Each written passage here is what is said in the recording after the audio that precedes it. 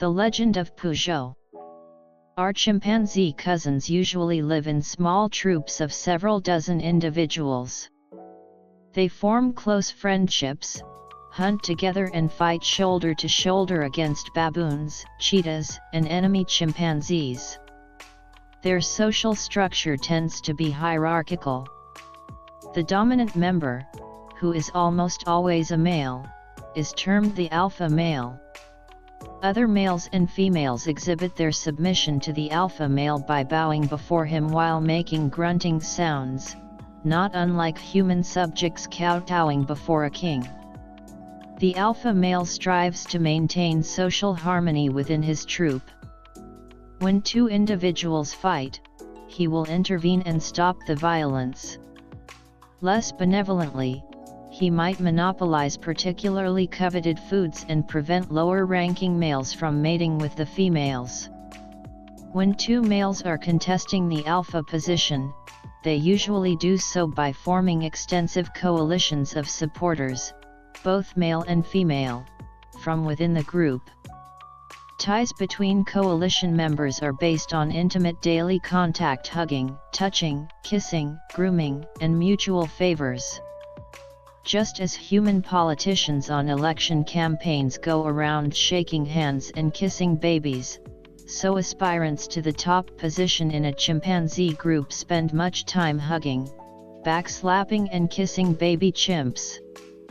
The alpha male usually wins his position not because he is physically stronger, but because he leads a large and stable coalition. These coalitions play a central part not only during overt struggles for the alpha position, but in almost all day-to-day activities.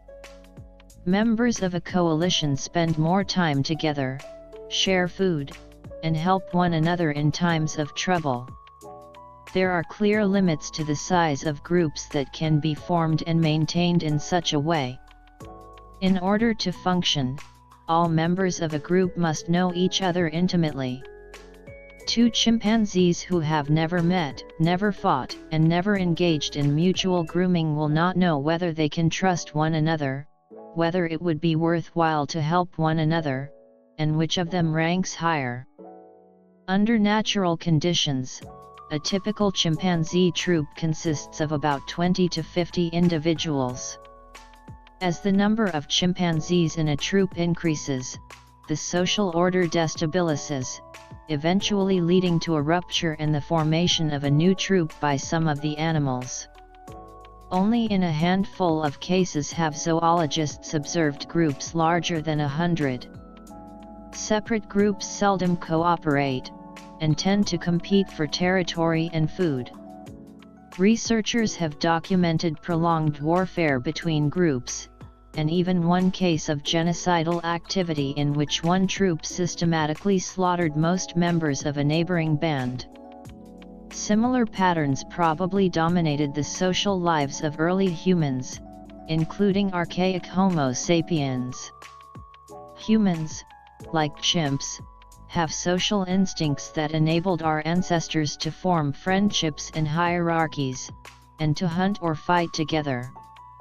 However, like the social instincts of chimps, those of humans were adapted only for small intimate groups. When the group grew too large, its social order destabilized and the band split. Even if a particularly fertile valley could feed 500 archaic sapiens, there was no way that so many strangers could live together. How could they agree who should be leader, who should hunt where, or who should mate with whom? In the wake of the cognitive revolution, gossip helped Homo sapiens to form larger and more stable bands. But even gossip has its limits. Sociological research has shown that the maximum natural size of a group bonded by gossip is about 150 individuals. Most people can neither intimately know, nor gossip effectively about, more than 150 human beings. Even today, a critical threshold in human organizations falls somewhere around this magic number. Below this threshold, communities, businesses, social networks, and military units can maintain themselves based mainly on intimate acquaintance and rumor-mongering. There is no need for formal ranks, titles, and logbooks to keep order. 3 A platoon of 30 soldiers or even a company of 100 soldiers can function well on the basis of intimate relations, with a minimum of formal discipline. A well-respected sergeant can become king of the company and exercise authority even over commissioned officers. A small family business can survive and flourish without a board of directors, a CEO, or an accounting department. But once the threshold of 150 individuals is crossed, things can no longer work that way. You cannot run a division with thousands of soldiers the same way you run a platoon. Successful family businesses usually face a crisis when they grow larger and hire more personnel. If they cannot reinvent themselves, they go bust. How did Homo sapiens manage to cross this critical threshold, eventually founding cities comprising tens of thousands of inhabitants and empires ruling hundreds of millions? The secret was probably the appearance of fiction. Large numbers of strangers can cooperate successfully by believing in common myths. Any large-scale human cooperation, whether a modern state, a medieval church, an ancient city or an archaic tribe, is rooted in common myths that exist only in people's collective imagination. Churches are rooted in common religious myths. Two Catholics who have never met can nevertheless go together on crusade or pool funds to build a hospital because they both believe that God was incarnated in human flesh and allowed himself to be crucified to redeem our sins. States are rooted in common national myths. Two Serbs who have never met might risk their lives to save one another because both believe in the existence of the Serbian nation, the Serbian homeland and the Serbian flag. Judicial systems are rooted in common legal myths. Two lawyers who have never met can nevertheless combine efforts to defend a complete stranger because they both believe in the existence of laws, justice, human rights, and the money paid out in fees. Yet none of these things exists outside the stories that people invent and tell one another. There are no gods in the universe, no nations, no money, no human rights, no laws, and no justice outside the common imagination of human beings. People easily understand that primitives cement their social order by believing in ghosts and spirits, and gathering each full moon to dance together around the campfire. What we fail to appreciate is that our modern institutions function on exactly the same basis. Take for example the world of business corporations. Modern business people and lawyers are, in fact, powerful sorcerers. The principal difference between them and tribal shamans is that modern lawyers tell far stranger tales. The legend of Peugeot affords us a good example. An icon that somewhat resembles the Stadel Lion Man appears today on cars, trucks, and motorcycles from Paris to Sydney. It's the hood ornament that adorns vehicles made by Peugeot, one of the oldest and largest of Europe's car makers. Peugeot began as a small family business in the village of Valentigney, just 300 kilometers from the Stadel Cave.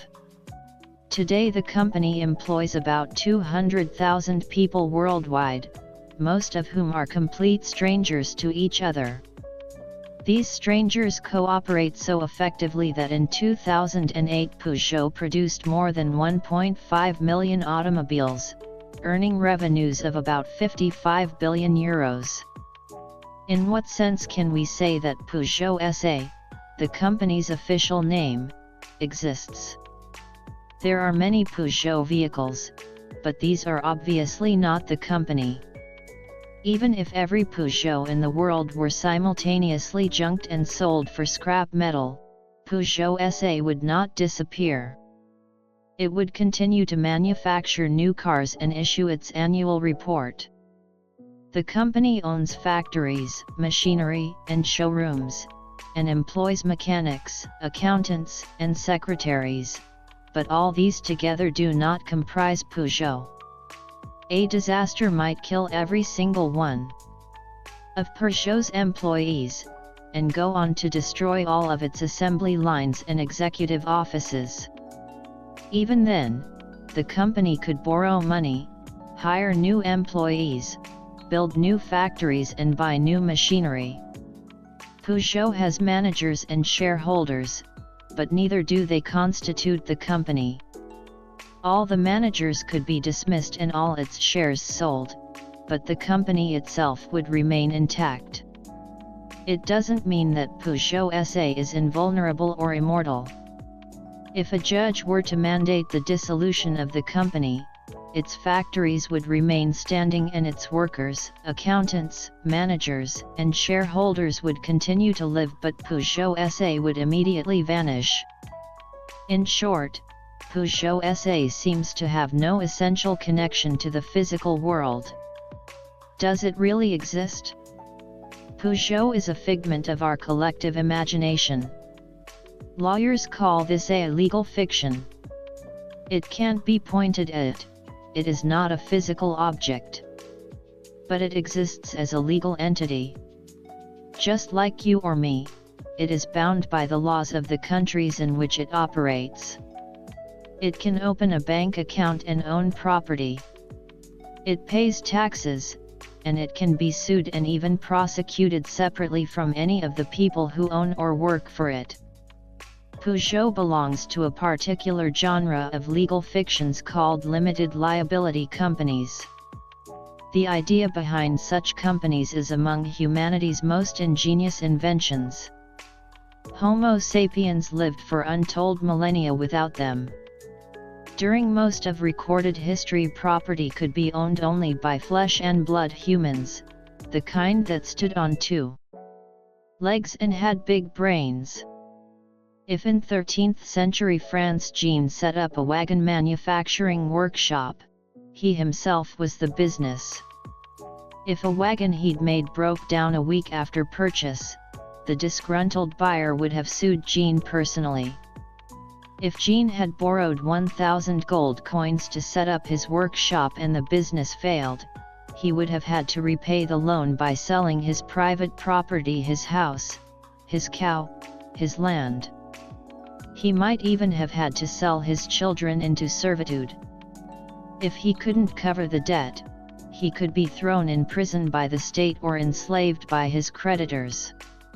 He was fully liable, without limit, for all obligations incurred by his workshop.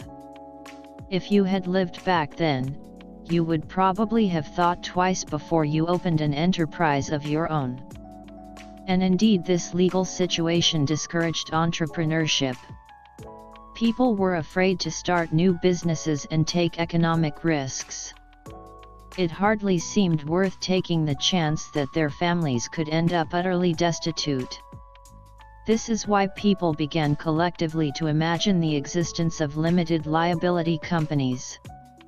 Such companies were legally independent of the people who set them up, or invested money in them, or managed them. Over the last few centuries, such companies have become the main players in the economic arena, and we have grown so used to them that we forget they exist only in our imagination. In the US, the technical term for a limited liability company is a corporation, which is ironic, because the term derives from corpus, body in Latin, the one thing these corporations lack. Despite their having no real bodies, the American legal system treats corporations as legal persons, as if they were flesh and blood human beings. And so did the French legal system back in 1896, when Armand Peugeot, who had inherited from his parents a metalworking shop that produced springs, saws and bicycles, decided to go into the automobile business. To that end, he set up a limited liability company. He named the company after himself, but it was independent of him. If one of the cars broke down, the buyer could sue Peugeot, but not Armand Peugeot. If the company borrowed millions of francs and then went bust, Armand Peugeot did not owe its creditors a single franc. The loan, after all, had been given to Peugeot, the company, not to Armand Peugeot, the Homo sapiens. Armand Peugeot died in 1915. Peugeot, the company, is still alive and well. How exactly did Armand Peugeot, the man, create Peugeot, the company? In much the same way that priests and sorcerers have created gods and demons throughout history, and in which thousands of French cures were still creating Christ's body every Sunday in the parish churches. It all revolved around telling stories, and convincing people to believe them. In the case of the French cures, the crucial story was that of Christ's life and death as told by the Catholic Church. According to this story, if a Catholic priest dressed in his sacred garments solemnly said the right words at the right moment, mundane bread and wine turned into God's flesh and blood. The priest exclaimed hoc est corpus meum, Latin for this is my body, and hocus pocus the bread turned into Christ's flesh. Seeing that the priest had properly and assiduously observed all the procedures, millions of devout French Catholics behaved as if God really existed in the consecrated bread and wine. In the case of Peugeot SA, the crucial story was the French legal code, as written by the French Parliament. According to the French legislators, if a certified lawyer followed all the proper liturgy and rituals, wrote all the required spells and oaths on a wonderfully decorated piece of paper, and affixed his ornate signature to the bottom of the document, then hocus pocus a new company was incorporated. When in 1896 Armand Peugeot wanted to create his company, he paid a lawyer to go through all these sacred procedures. Once the lawyer had performed all the right rituals and pronounced all the necessary spells and oaths, millions of upright French citizens behaved as if the Peugeot company really existed. Telling effective stories is not easy. The difficulty lies not in telling the story, but in convincing everyone else to believe it. Much of history revolves around this question: how does one convince millions of people to believe particular stories about gods, or nations, or limited liability companies? Yet when it succeeds, it gives Sapiens immense power, because it enables millions of strangers to cooperate and work towards common goals. Just try to imagine how difficult it would have been to create states, or churches, or legal systems if we could speak only about things that really exist, such as rivers, trees, and lions. Over the years, people have woven an incredibly complex network of stories. Within this network, fictions such as Peugeot not only exist, but also accumulate immense power. The kinds of things that people create through this network of stories are known in academic circles as fictions, social constructs, or imagined realities. An imagined reality is not a lie. I lie when I say that there is a lion near the river when I know perfectly well that there is no lion there. There is nothing special about lies. Green monkeys and chimpanzees can lie.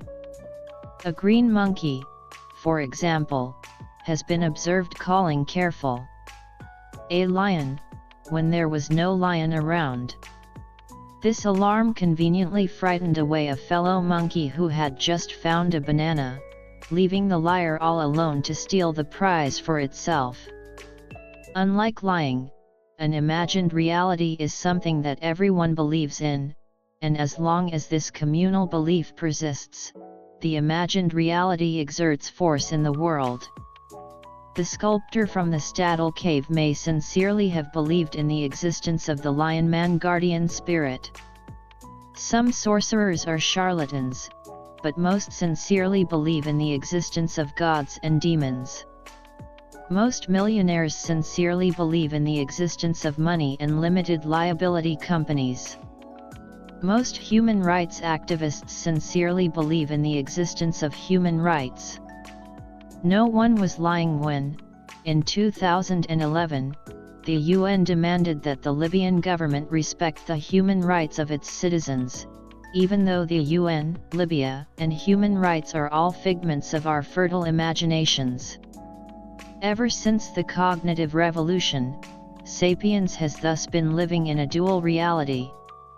On the one hand, the objective reality of rivers, trees, and lions, and on the other hand, the imagined reality of gods, nations, and corporations.